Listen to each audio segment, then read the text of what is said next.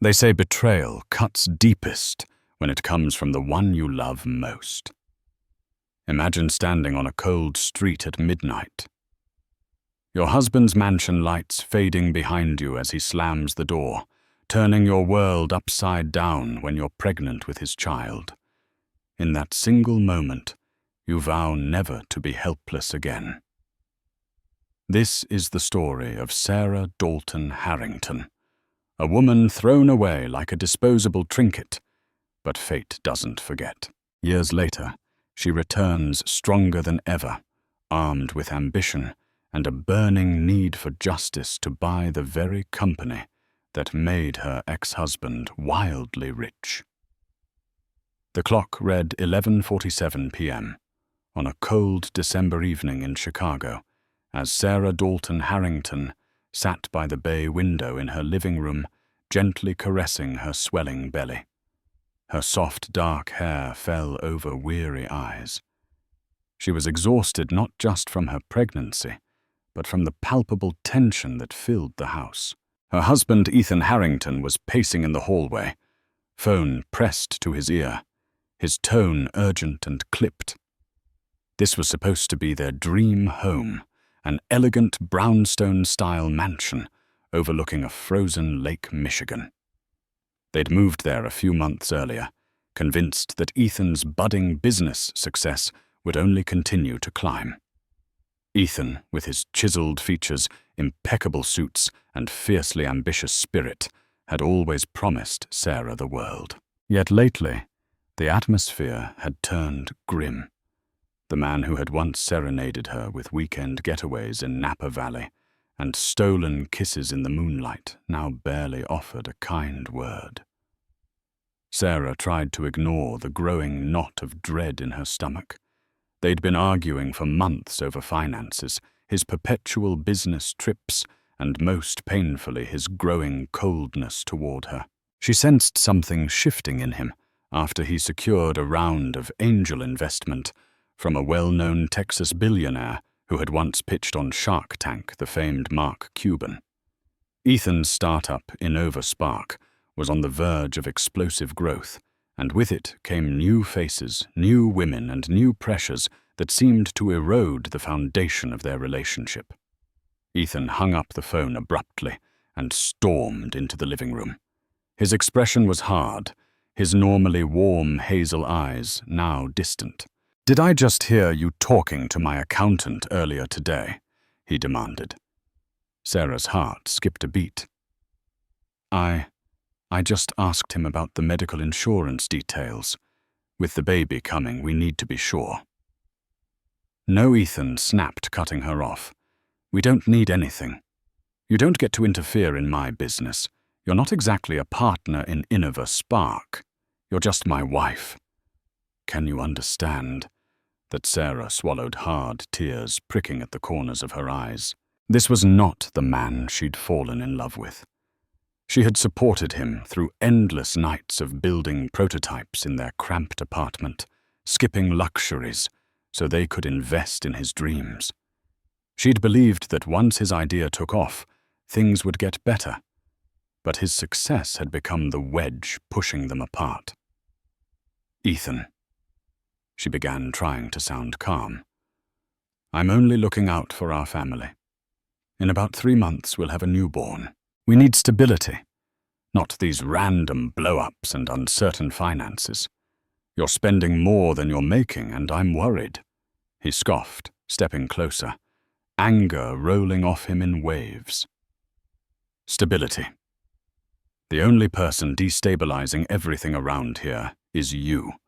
Your constant nagging, your insecurities, your inability to just let me run my business in peace."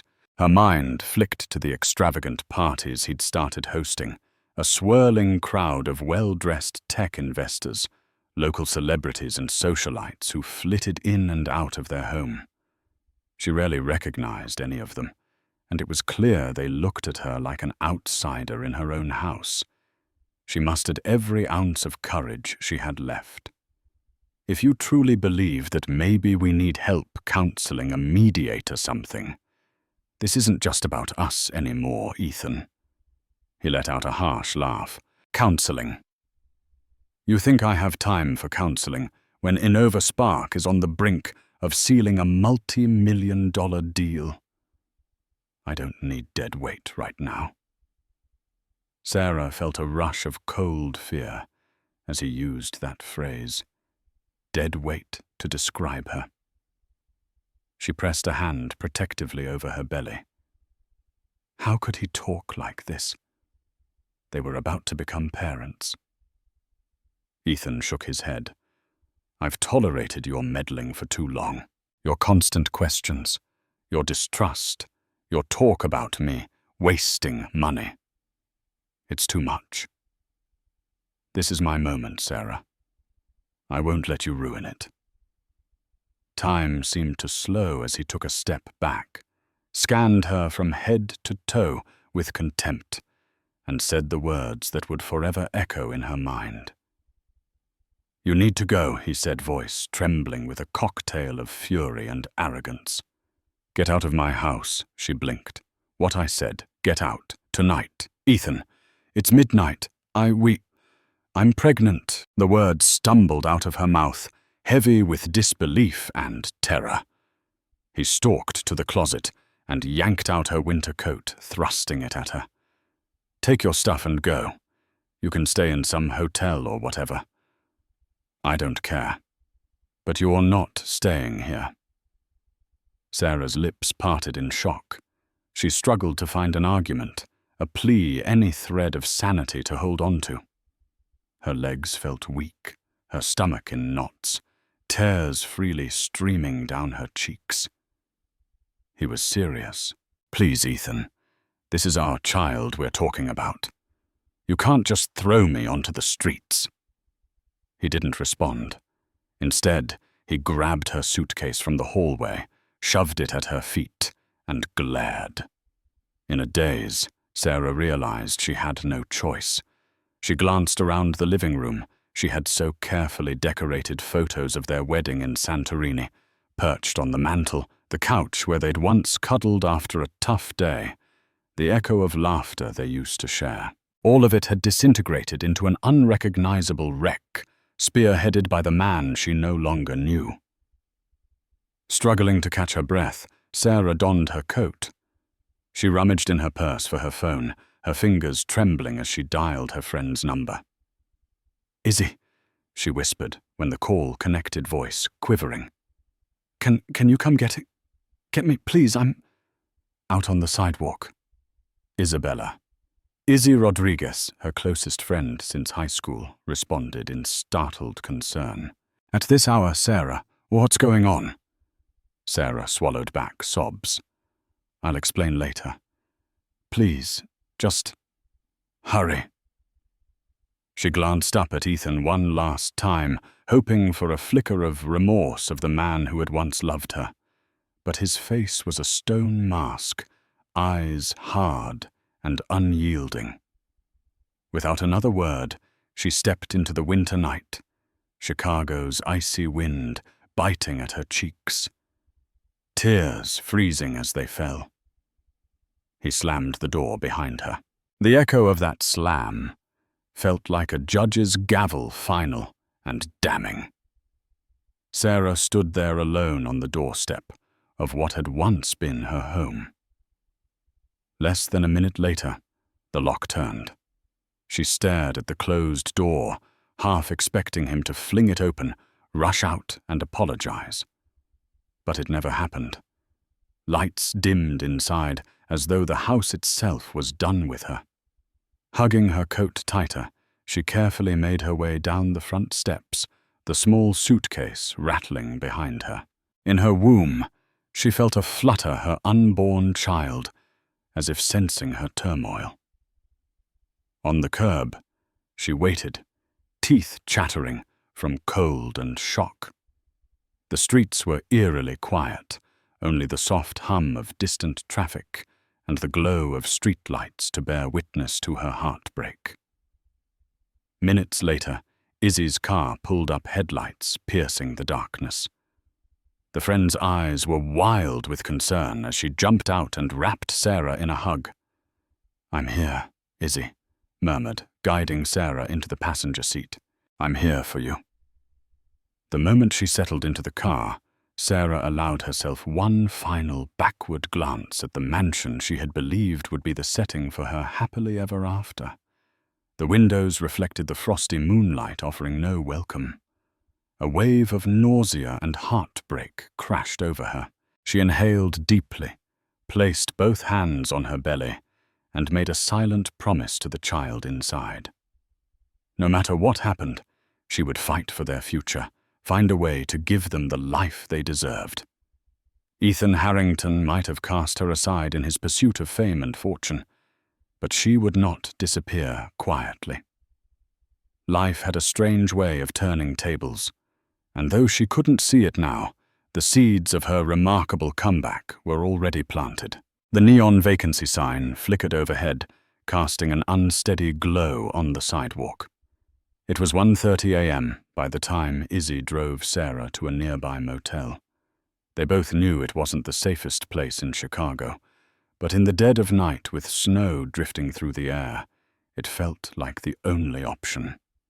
Sarah's eyes were raw from crying, her voice hoarse from recounting Ethan's final cruel words. Izzy pulled into a parking spot outside the modest single-story building. She turned off the engine and rested a gentle hand on Sarah's shoulder. "You're staying with me after tonight," she declared. "No friend of mine is going to be living in a dump like this." Sarah managed a wan smile. "I appreciate that, but let's just get through tonight. I'm not even sure how to think right now." They walked to the reception window, where a tired-looking clerk accepted Sarah's credit card. She silently thanked the heavens that it hadn't been shut down. Her heart sank at the meager balance she knew remained.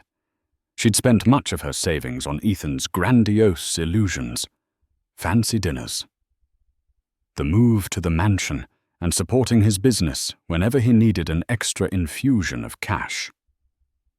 Room key in hand, the two women entered the small, dimly lit space.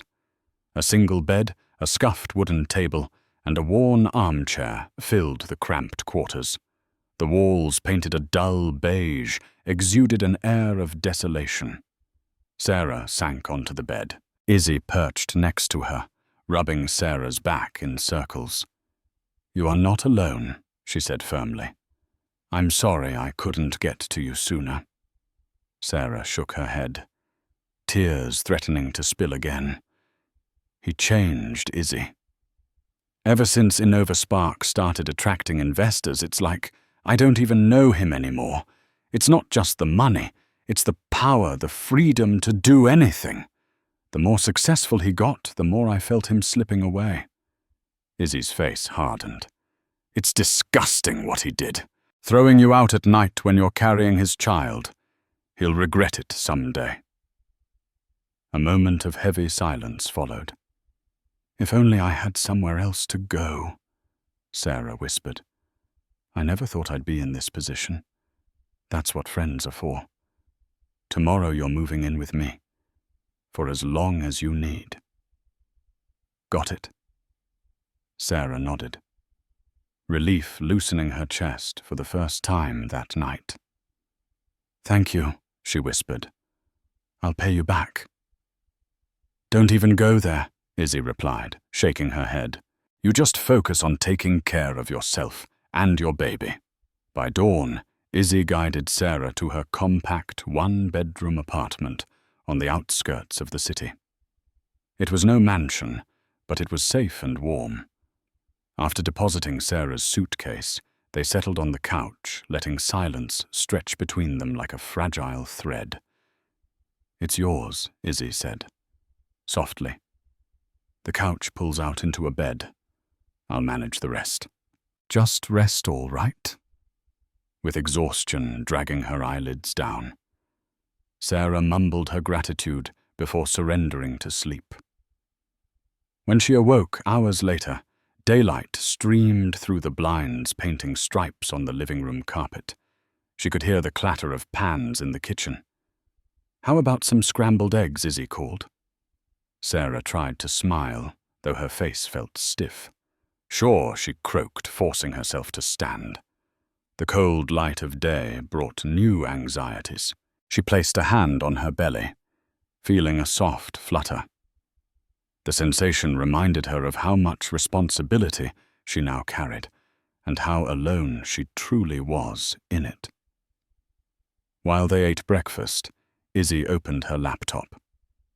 "You need to find a lawyer," she said, "just to see what your options are. He can't just throw you out and leave you with nothing." Sarah gave a shaky nod. "I can't afford a big-name lawyer," she admitted.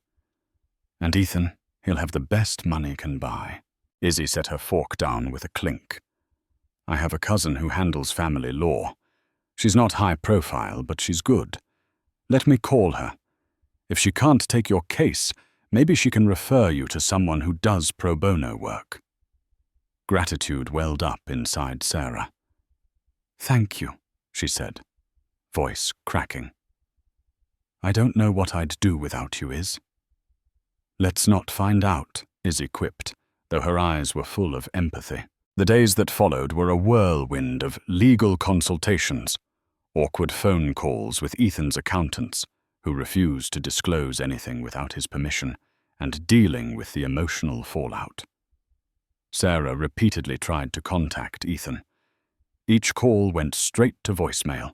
Each text remained unanswered. She felt a numb ache in her chest, mingled with simmering anger. How could the man she once adored vanish so thoroughly from her life? Despite the heartbreak, Sarah realized wallowing in despair wouldn't feed her or her unborn child. She needed a plan. She needed to stand on her own 2 feet. One Friday afternoon, she found herself walking into a battered women's resource center.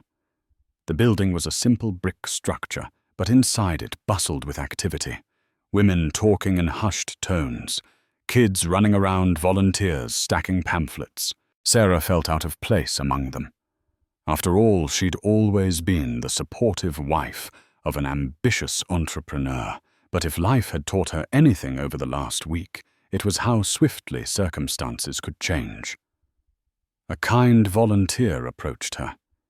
"Is this your first time here?" Sarah nodded, swallowing her pride. I need help. My husband threw me out. I'm pregnant, and I don't have a job right now." Without judgment, the volunteer guided her to an intake desk and helped her fill out forms for assistance programs. They gave her information about prenatal care clinics, job listings, and local charities offering temporary support. It wasn't glamorous, but it was a start.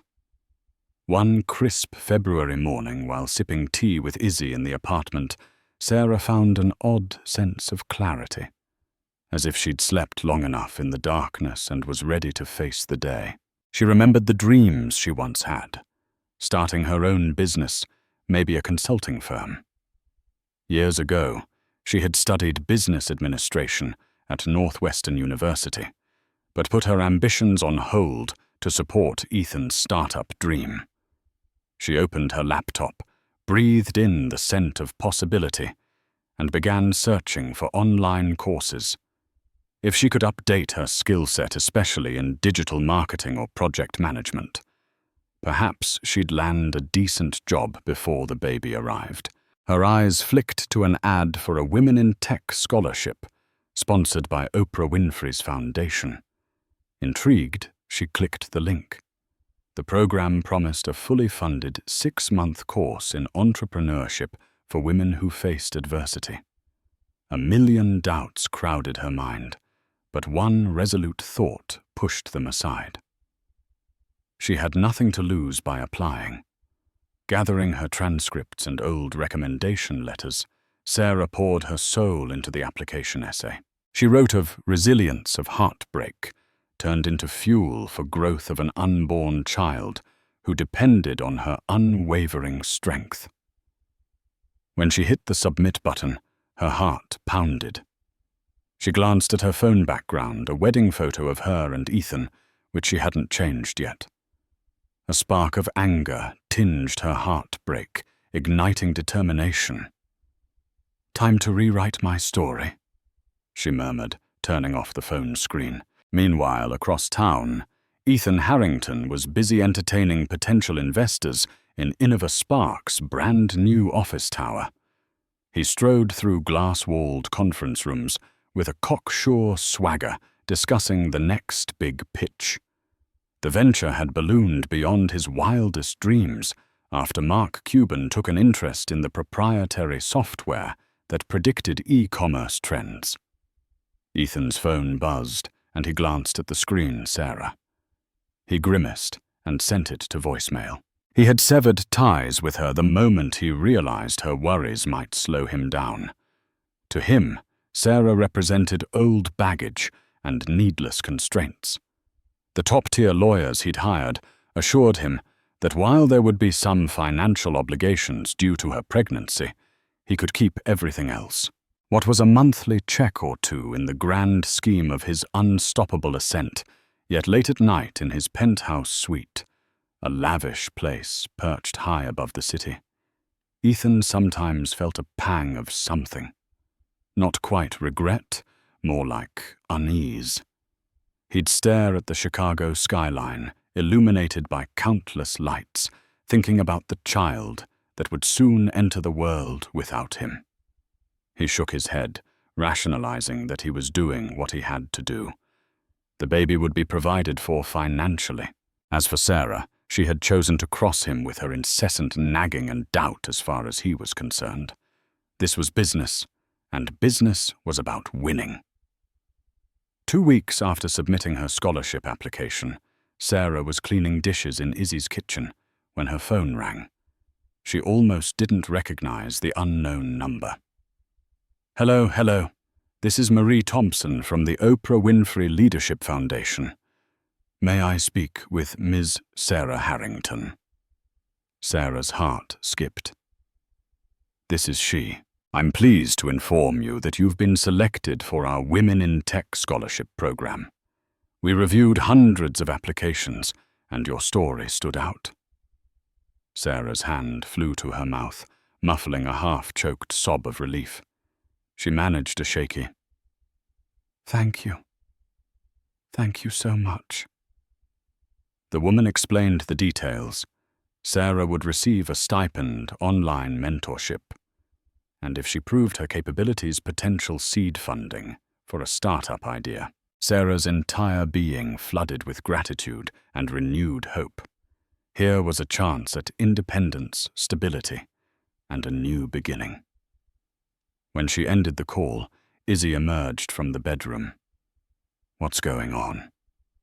Sarah's face glowed with tears of joy.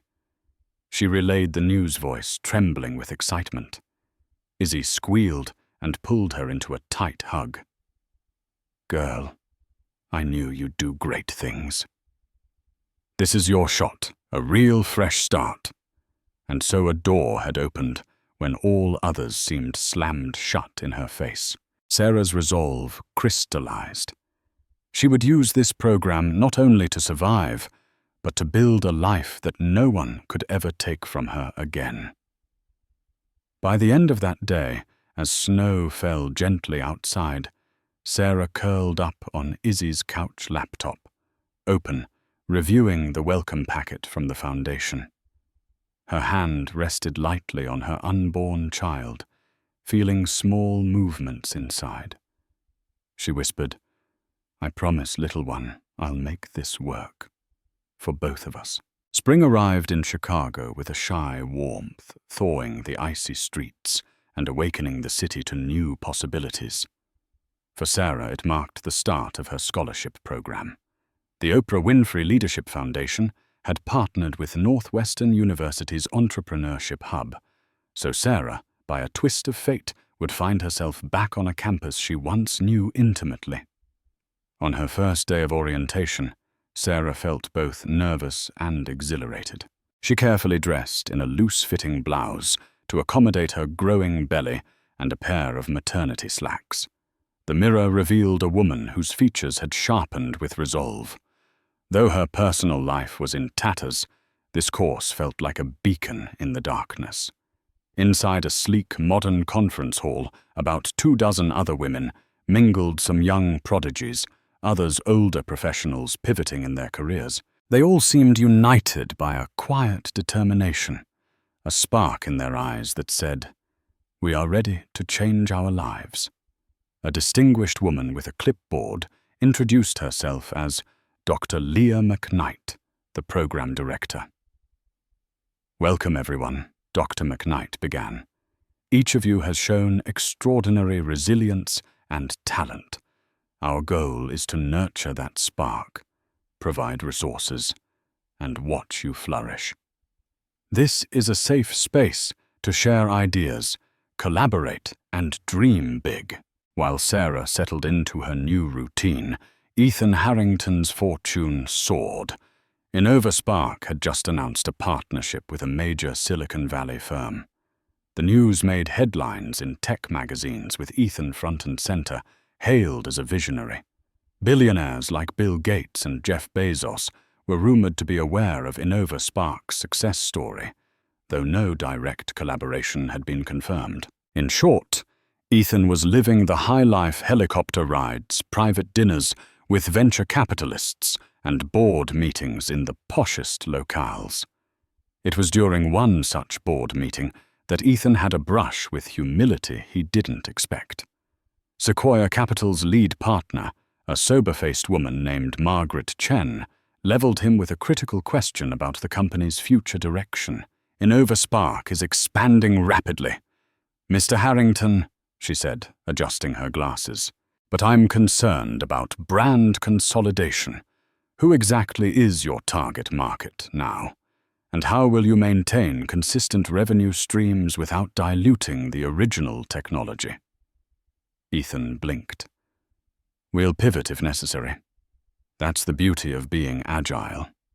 She raised an eyebrow. "Agility is one thing, but without a clear strategic plan, you risk losing credibility. I hear the staff turnover has been high lately. Do you have a plan to address employee satisfaction?" Heat rose in his cheeks. He was used to breezing through these interactions with charm and bravado, but Margaret Chen didn't appear swayed by surface-level confidence. "We're hiring top talent from across the country," he replied stiffly, "and we have a robust benefits package in place." Unconvinced, she simply nodded, made a note on her tablet, and moved on. But Ethan sensed a crack. For the first time, he realized that being a flashy founder wasn't enough to secure unwavering investor faith. He'd need to tighten the ship if he wanted to keep it sailing forward. Back at Northwestern's Entrepreneurship Center, Sarah immersed herself in lectures, team projects, and mentorship sessions. She marveled at how the business world had evolved since she last studied. Concepts like AI integration, growth hacking, and sustainable venture funding now dominated discussions. As she took meticulous notes, she felt the baby kick a gentle reminder that she was no longer alone in this journey. One afternoon, Dr. McKnight introduced the class to a special guest speaker, Oprah Winfrey herself visiting to inspire the newly minted scholarship recipients. Sarah nearly trembled with excitement when Oprah walked on stage, radiating warmth and confidence. "It's easy to feel alone in your struggles," Oprah said, her voice resonating through the room. "But remember, your pain can be turned into power. Every setback is an opportunity for a comeback." Sarah fought back tears. She thought about the night Ethan threw her out, the humiliation and despair. And yet here she was, forging a new path with a supportive community around her. By the end of Oprah's talk, Sarah felt something in her chest lift, replaced by a fierce determination to succeed not just for herself, but for the unborn child who would soon enter her life.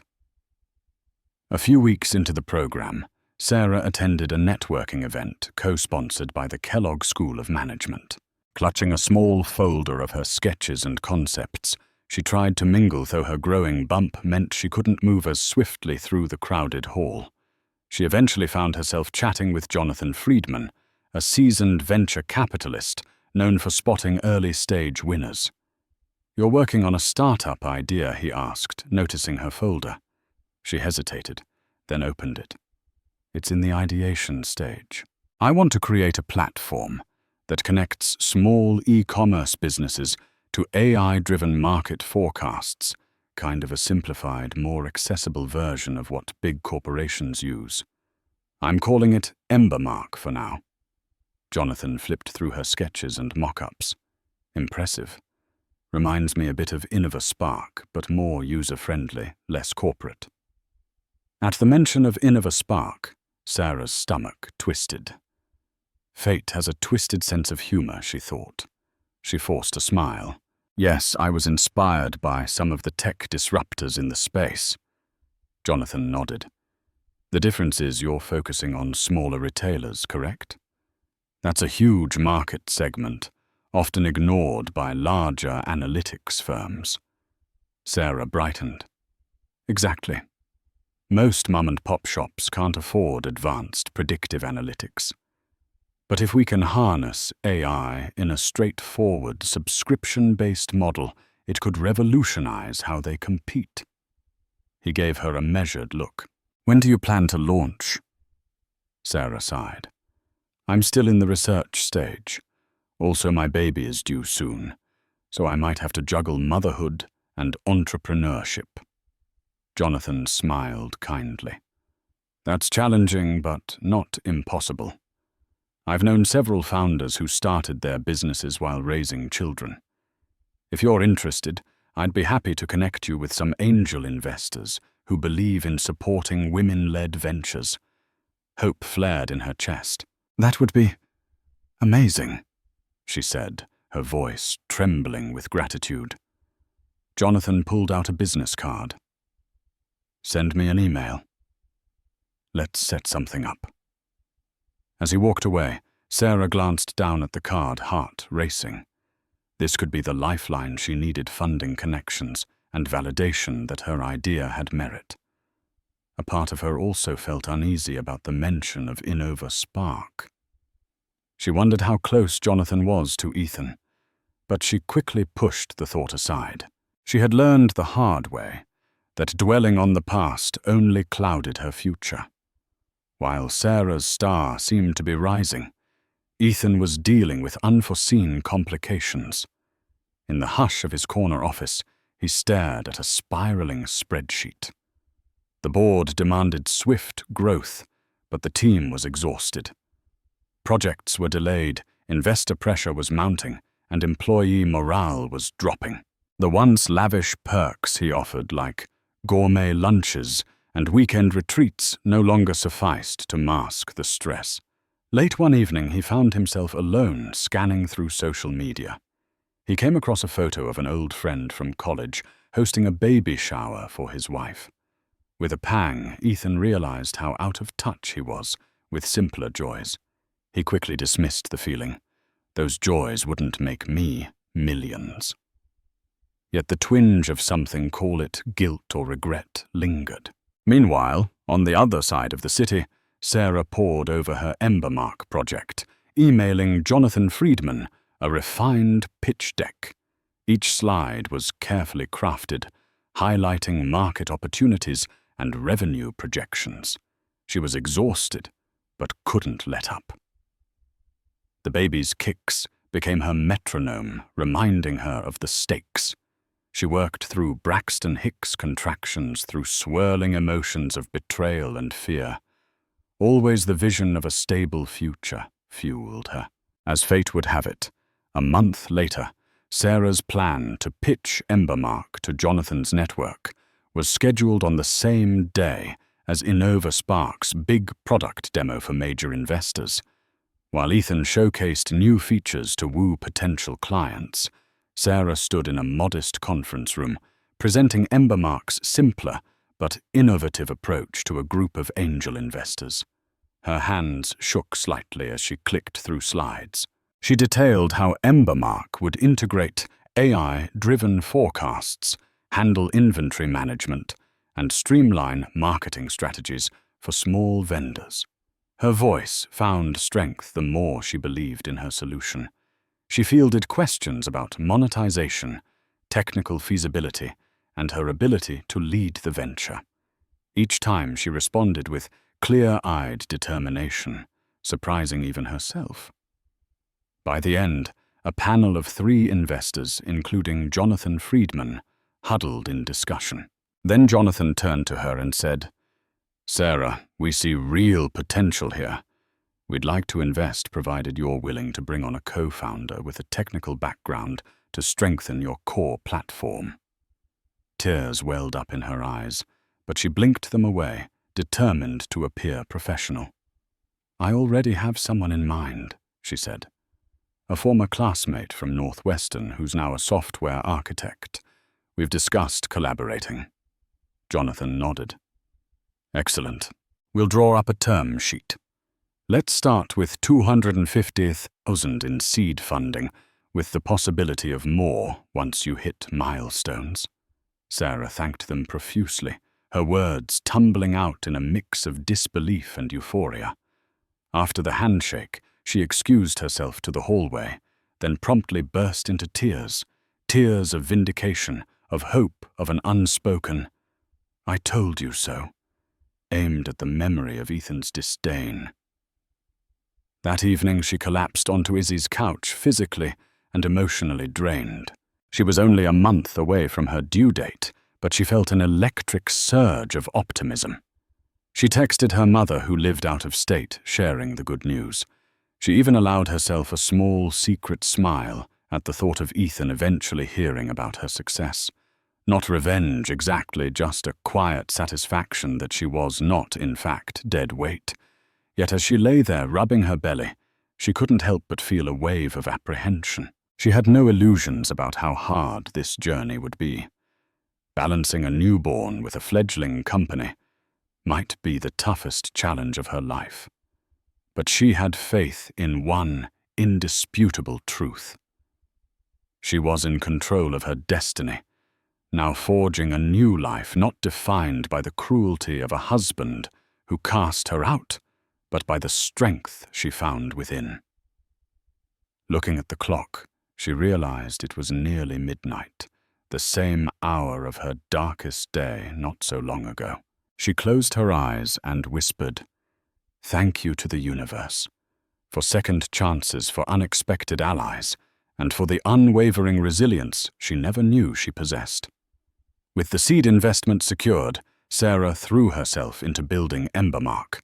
She teamed up with Paul Nguyen, her former Northwestern classmate. A brilliant programmer with a knack for machine learning, Paul was intrigued by Sarah's idea of creating AI tools specifically geared toward small businesses. Together, they set up a cramped workspace in a shared office building near the Loop. It was a far cry from the opulence of Ethan's glass-walled InnovaSpark headquarters, but it had heart and grit, exactly what Sarah needed. By the time Sarah was 8 months pregnant, EmberMark's prototype was taking shape. They still had numerous technical challenges, but the path forward was clearer each day. Sarah's schedule was relentless, morning calls with potential partners, afternoons tweaking marketing strategies, and evenings in front of her laptop fine-tuning business models while dealing with swollen ankles and periodic contractions. Meanwhile, Ethan found himself wrestling with InnovaSpark's growing pains.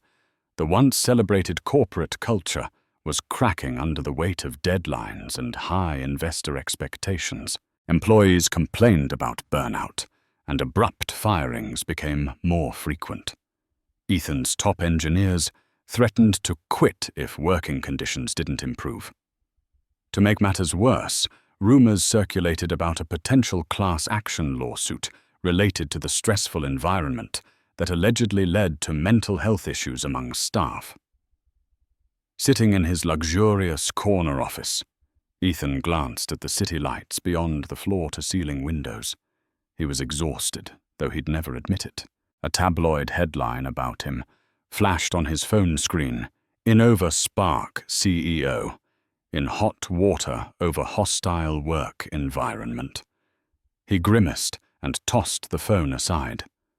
Ever since Sequoia Capital had hinted they might withhold a subsequent funding round if employee attrition wasn't addressed, Ethan felt the noose tightening around his once glorified startup. One Friday evening, Sarah attended a local tech meetup where entrepreneurs networked over cocktails and hors d'oeuvres.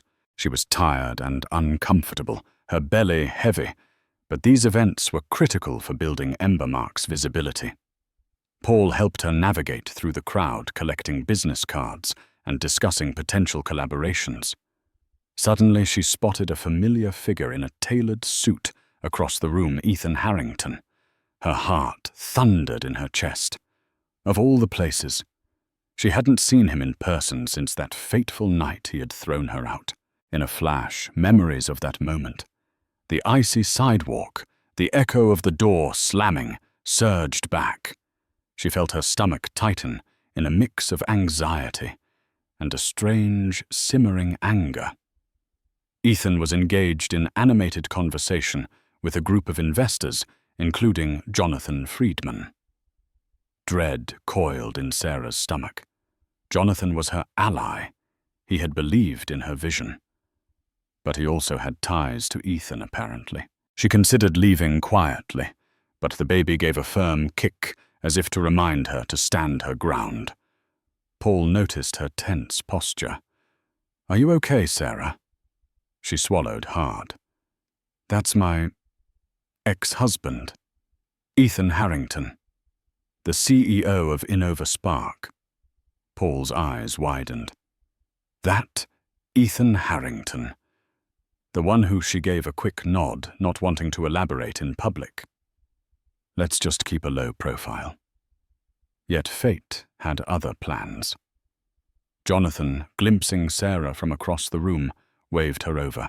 Her heart pounded in her ears as she and Paul approached the circle. She could feel Ethan's gaze like a beam of cold light scanning her pregnant belly, then flitting to her face. "Jonathan," she said, maintaining composure. "It's good to see you." Jonathan smiled warmly. "Sarah, I was just bragging about EmberMark to some colleagues. You remember Ethan Harrington from InnovaSpark?" She nodded tightly, forcing a polite smile. "Yes, we've met." A flicker of surprise crossed Ethan's face, replaced by guardedness. He extended a hand, and Sarah shook it briefly, feeling the ghost of a tremor in her fingers. "Hello, Sarah," Ethan said quietly, his voice laced with something unreadable. Jonathan launched into an enthusiastic explanation of Sarah's startup, praising her grit and the uniqueness of EmberMark's approach to small business analytics. "Sounds interesting," Ethan said smoothly. "I remember you being quite supportive of tech ventures." The words dripped with irony. Sarah's throat tightened, but she managed a level tone. "Yes, I suppose we both ended up in the same industry after all." The conversation was brief, with Jonathan guiding them toward mutual acquaintances. Sarah couldn't help but notice the tension in Ethan's jaw, the small lines of stress around his eyes. Once upon a time, she would have felt a rush of concern. Now she just felt conflicted.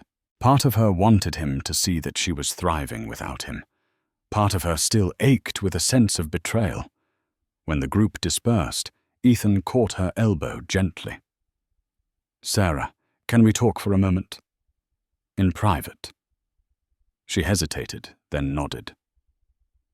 Paul shot her a questioning look, and she gestured that she'd be fine. They stepped into a quiet corner of the venue, near a towering glass window. The city spread out before them, a sea of glittering lights. "How are you?" he asked, not quite meeting her eyes. She placed a protective hand over her belly. "Better than I thought I'd be, all things considered." A flicker of guilt seemed to cross his face. I heard rumors you were working on a startup. Didn't realize it was with Friedman. Now you know, she said curtly. Congratulations on your success. I'm sure you've heard I'm pregnant. Ethan's gaze dropped to her belly, which left no room for doubt.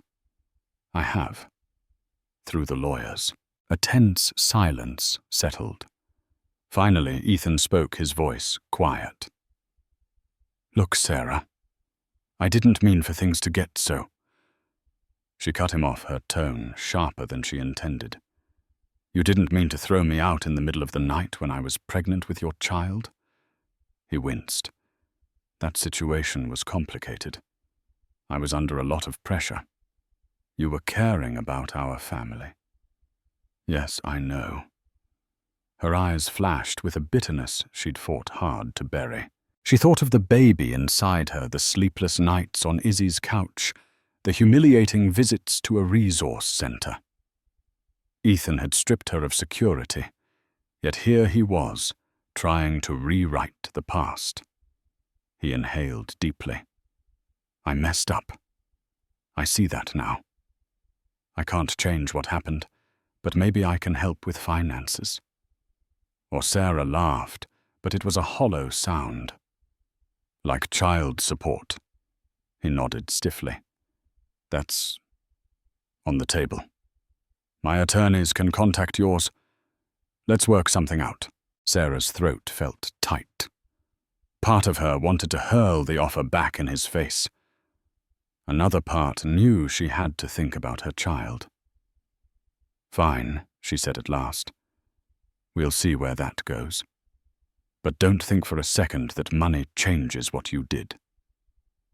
He swallowed and nodded. Understood. Before he could say more, she turned, leaving him in the hush of city lights.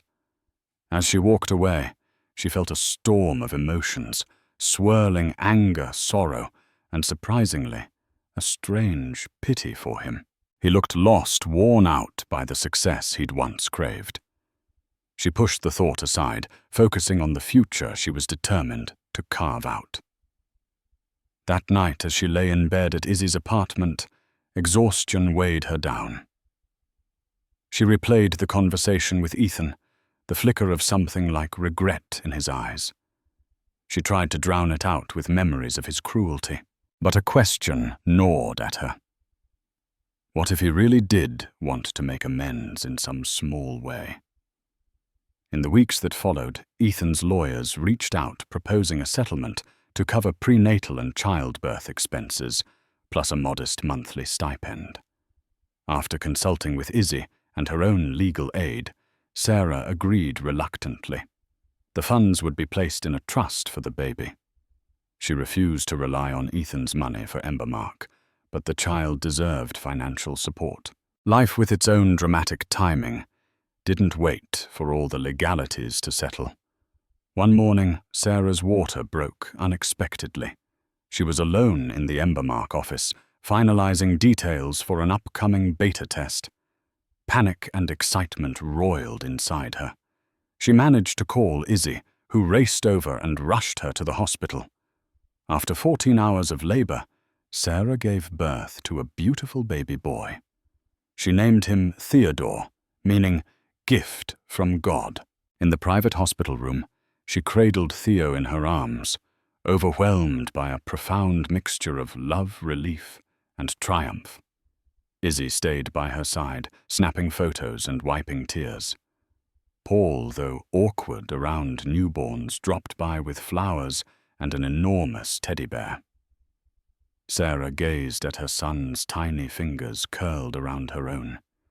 In that moment, the chaos of the past year faded, replaced by pure wonder. She kissed his forehead.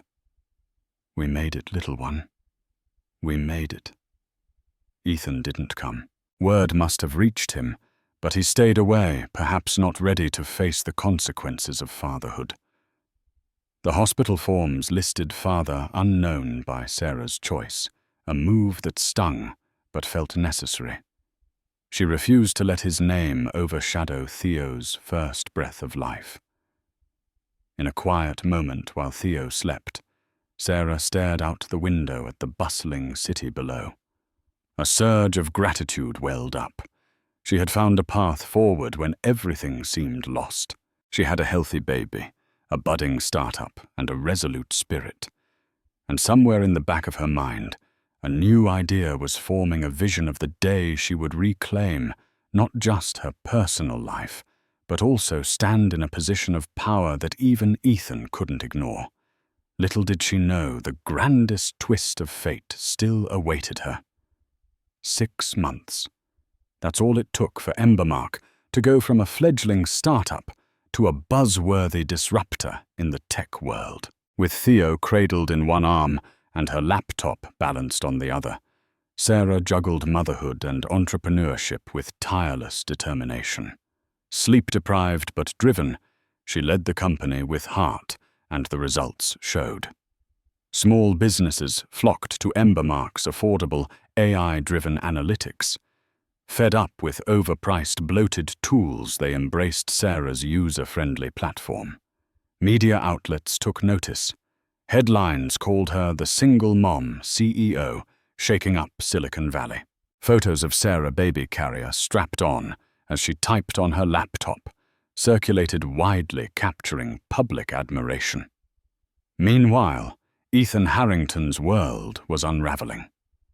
Though InnovaSpark had once soared, it was now faltering. The company had grown too fast, lost focus, and was bleeding talent. Top engineers quit. Investors grew anxious. PR scandals and rumors of a toxic work culture eroded its image. Sequoia Capital's Margaret Chen, once supportive, now pressured the board for new leadership. Then one morning, Jonathan Friedman called Sarah. "There's an offer on the table," he said. "A private equity firm wants to acquire EmberMark." Sarah's breath caught. "Seriously? They see real growth potential, and they want you to stay on as CEO." But Jonathan hesitated. "They're also interested in a dual play, possibly merging EmberMark with InnovaSpark." Sarah went still. "You mean I'd be acquiring Ethan's company?" "Yes. InnovaSpark still has valuable patents and infrastructure. EmberMark has the traction. Together they'd dominate the market.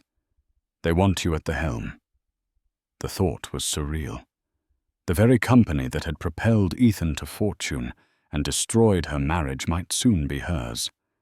Vindication, mixed with hesitation. "I won't do this for revenge," she said. "Only if it makes sense for the future." Exactly what I hoped you'd say. A week later, Sarah sat across from Ethan in a sleek, glass-walled boardroom. Representatives from both companies and the private equity firm flanked them. Paul sat at her side. Jonathan, as always, looked confident. Ethan, though, dressed in his usual sharp suit, looked exhausted, his jaw tight. "Let's begin," said Davis Green, the equity firm's rep. "We propose a stock swap merger. EmberMark absorbs InnovaSpark. Ms. Harrington remains CEO of the new entity." A murmur spread through the InnovaSpark board. Ethan stiffened. "InnovaSpark still holds immense value. This isn't a fire sale." Jonathan responded calmly. "That value is sinking. EmberMark is growing. The merger keeps both relevant." Margaret Chen, appearing via video, added, "We want a path to profitability. EmberMark has the clearest one." Sarah finally spoke. "This isn't about punishing anyone. It's about creating something stronger. InnovaSpark has good tech. We have the audience. Let's build something sustainable." Ethan looked at her for a long beat. He said nothing, but the resistance in his posture faded just slightly. The negotiations dragged on for weeks. Legal teams wrangled over valuations and equity shares. Sarah insisted Ethan's involvement be limited to an optional advisory role. His stake would be significantly diluted, but he'd retain some connection if he chose. When the final deal was signed, EmberMark officially acquired InnovaSpark. The new entity would be called EmberSpark. On signing day, Sarah entered the same high-rise, where she'd once been thrown out of meetings, as just the wife. She now sat at the head of the table. Ethan sat across from her, stoic. As the final documents were stamped and passed around, Sarah felt a quiet sense of closure. Not triumph in the petty sense, but something deeper. She had taken back what was once used to belittle her, and she had turned it into power. Afterward, Ethan approached. "You did it," he said, voice low. Sarah turned. "No. We did what was right for both companies." He studied her. "You've built something remarkable." She nodded. "You had your moment. Now it's mine." A pause. "I didn't see this coming. Not from you." "That's because you stopped looking," she replied, her tone even. "You forgot who stood beside you when it all began." There was regret in his eyes. "I know I hurt you. More than I can ever fix." Sarah's gaze didn't waver. "And yet here we are." He sighed. "If it's not too late, I want to be part of Theo's life, however you see fit." She looked down for a moment, thinking. "We'll take it slow. He deserves a chance to know his father. But you'll need to earn both our trust." Ethan nodded. "Fair." Later that night, Sarah stood by the window of her new office in the EmberSpark building, the Chicago skyline glowing around her. Theo's photo sat on her desk, smiling in a little bow tie. Her journey from midnight on the sidewalk to the top of the tech world had been anything but easy. But she made it. And this was only the beginning. After the acquisition, EmberSpark pulsed with new energy. Sarah built a leadership team that blended EmberMark's scrappy innovation with InnovaSpark's powerful tech. Employees once ready to quit now felt revived under her compassionate leadership. The office, a renovated industrial loft downtown, buzzed with collaboration and sunlight, no more corner office elitism, just a flat, open culture. Sarah normalized motherhood at work. Theo, now a lively toddler, often visited after daycare.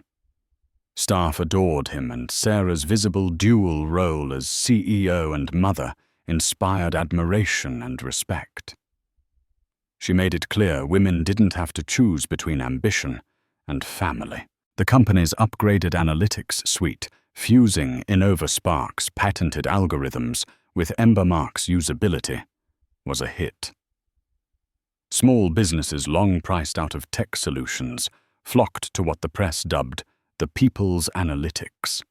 Profits climbed.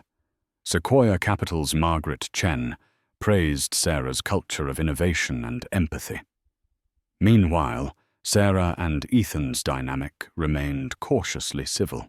He began supervised visits with Theo in parks and cafes, trying in small, awkward steps to rebuild what he'd thrown away. Though their romance was over, a delicate co-parenting rhythm emerged. Ethan even lingered after board meetings to bounce a ball with Theo. He was no longer the domineering CEO, just a man trying to be a father. Recognition followed. A year in Forbes named Sarah to its top 30 under 40 list, hailing her as a mother mogul and trailblazer. She read the article with quiet tears. It wasn't about fame, it was proof that she had reclaimed her story. Then came the tech world's biggest stage, a product launch at McCormick Place. Sarah stood backstage, nerves fluttering. A note card in hand read, "Believe in yourself always." Paul gave a thumbs up. She smiled. Showtime. On stage, Sarah spoke with poise blending product vision and personal resilience. In the front row, she spotted Ethan. He nodded once respectfully. When she finished, the audience rose in a standing ovation. For a moment, the world saw what she had always known. She wasn't broken. She was reborn. That night on the EmberSpark rooftop, Sarah gazed at the Chicago skyline, mug of tea in hand. Ethan joined her, quiet beside her. "You were incredible," he said softly. She nodded. "Thanks." A pause passed between them, filled with wind and memory. "I'm proud of you," Ethan added. "More than I ever said before." She didn't reply at first. "Then we can't undo the past. But we can shape the future. For Theo." He nodded, mist in his eyes. "I'd like to try." They weren't lovers anymore. But they were something else, co-parents, maybe even allies. As Ethan left, Sarah remained staring into the lights reflected on Lake Michigan. From the ashes of betrayal she had risen. Not for revenge, but for herself, for her son, and for the life she now owned with pride. And so in the end, Sarah Harrington proved that the darkest trials can spark the brightest flames of triumph. Once cast aside at midnight, she rose to become the visionary leader of EmberSpark, a company that outshone even the Emma her ex-husband had built. With unwavering grit and the love for her child guiding her, Sarah rewrote her destiny. She didn't simply survive heartbreak, she transformed it into a catalyst for greatness. If her journey has inspired you, if it's reminded you that no betrayal, no setback, and no cruel twist of fate can truly extinguish the power of hope, then let Sarah's story live on in your heart.